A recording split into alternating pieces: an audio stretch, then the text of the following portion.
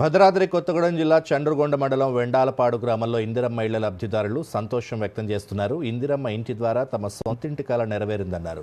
CM స్వయంగా గృహప్రవేశం చేయడం ఎప్పటికీ గుర్తుండిపోతుందని లబ్ధిదారులు చెబుతున్నారు.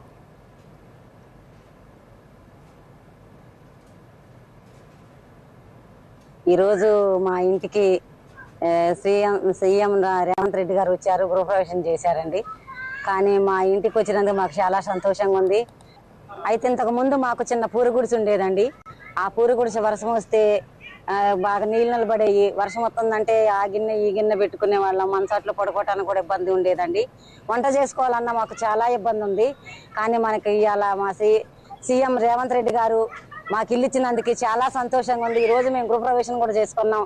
కానీ నేను నా పిల్లలు వాళ్ళందరికీ రుణపడి ఉంటామని సెలవు తీసుకుంటున్నాను. సీఎం సార్ మా ఇంటికి వచ్చినందుకు నాకు చాలా సంతోషంగా ఉంది. మా ఇంటికి వస్తారని నేను అసలు కళ్ళలో కూడా అనుకోలే. నాకు చాలా సంతోషంగా ఉంది. మా కుటుంబంతో మాట్లాడారు, కొద్దిసేపు కూర్చున్నారు, మాతోటి ఫోటో దిగాము. మాకు చాలా సంతోషంగా ఉంది.